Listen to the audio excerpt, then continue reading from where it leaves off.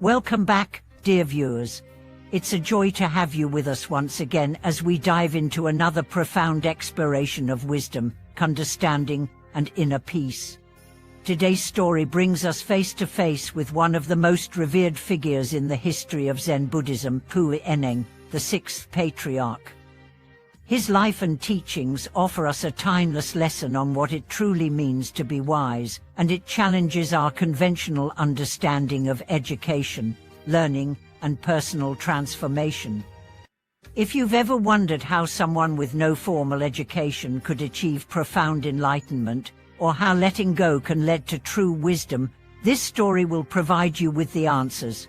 To begin, let's reflect on the common belief that wisdom comes with study, knowledge, and intellectual achievement. In today's world, many of us are taught to seek answers in books, universities, and credentials. But what if wisdom doesn't come from accumulation, but from simplicity?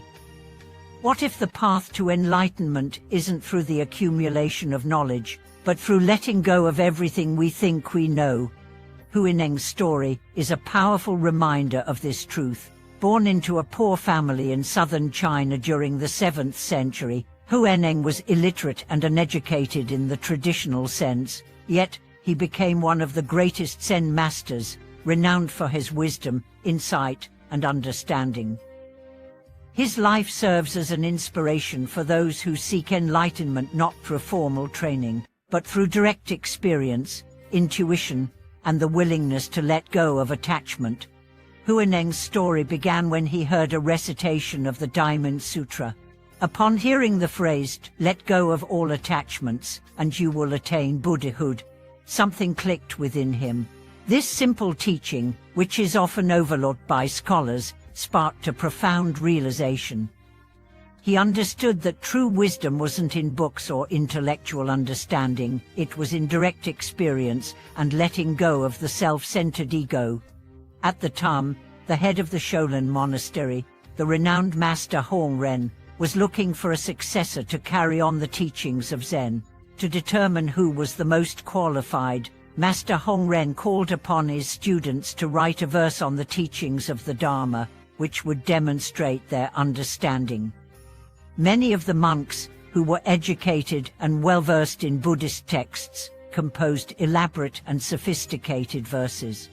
But Neng, who could neither read nor write, was unable to produce a verse in the traditional manner. However, Neng's insight wasn't dependent on academic achievement. When he overheard a verse written by another monk, Shinexu, that emphasized the importance of striving for purity and accumulating good deeds, Neng was struck by the limitations of such an approach.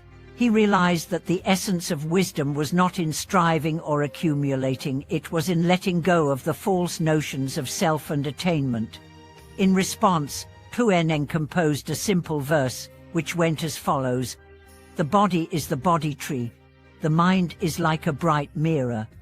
At all times, we must strive to wipe it clean, and allow no dust to cling." This verse, simple yet profound, cut to the heart of Zen teaching. It emphasized the importance of letting go of attachment to the self, of allowing the mind to be clear, like a mirror reflecting the true nature of reality. Neng's verse challenged the conventional teachings of his time, and when Master Hongren read it, he recognized the deep insight that Neng had attained. But this wasn't the end of the story. The journey toward wisdom for Neng was not just about this one moment of realization.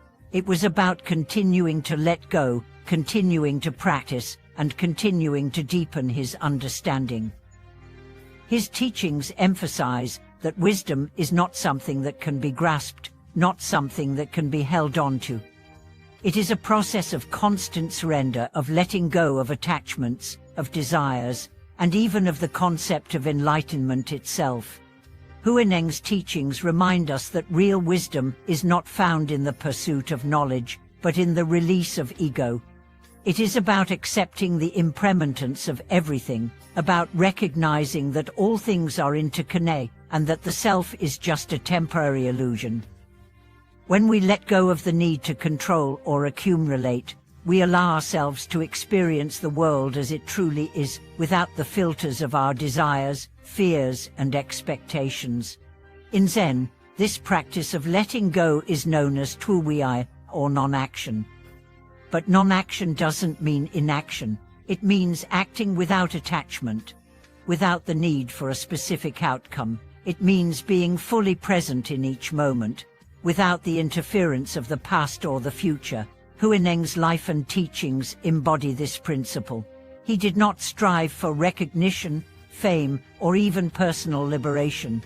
He simply lived with an open heart, fully present, fully accepting of whatever arose. Let me share a simple story from Neng's life that illustrates this profound wisdom. After Neng became the 6th patriarch, he was constantly pursued by people seeking his teachings, but instead of giving long, complicated sermons, he would often offer simple guidance. One day, a layman came to him, eager to learn the secret of wisdom. Neng said, "Go and wash your bowl." The layman was confused but followed the instruction. When he returned, Neng said, "Now you understand." At first glance, this may seem like an overly simplistic response, but in the context of Neng's teachings, it is profound. The layman was looking for an answer that could be conceptualized, something intellectual.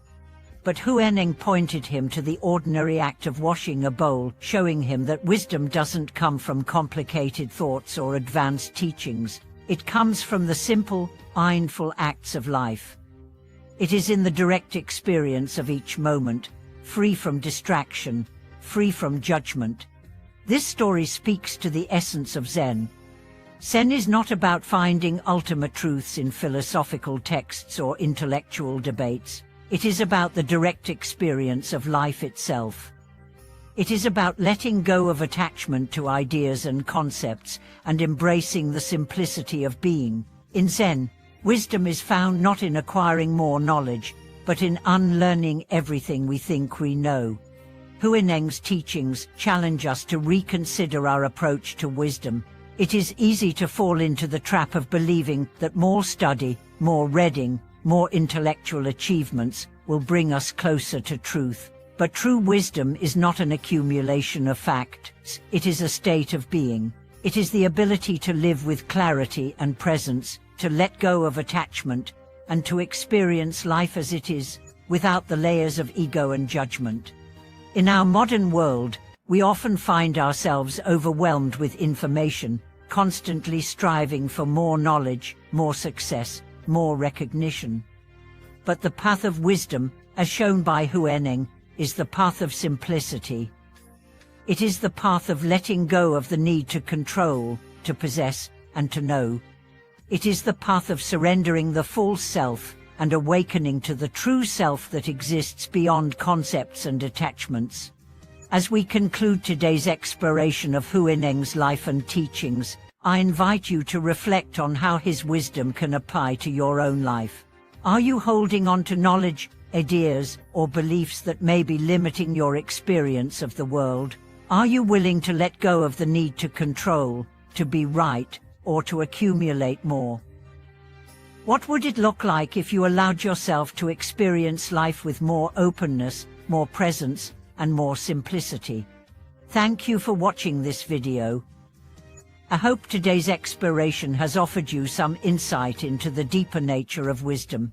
If you found this message meaningful, please share it with others. Leave a comment below and let me know how you relate to Neng's teachings. Don't forget to like, subscribe, and hit the bell icon for more videos on spiritual wisdom and transformation. Thank you for watching this video. See you next time.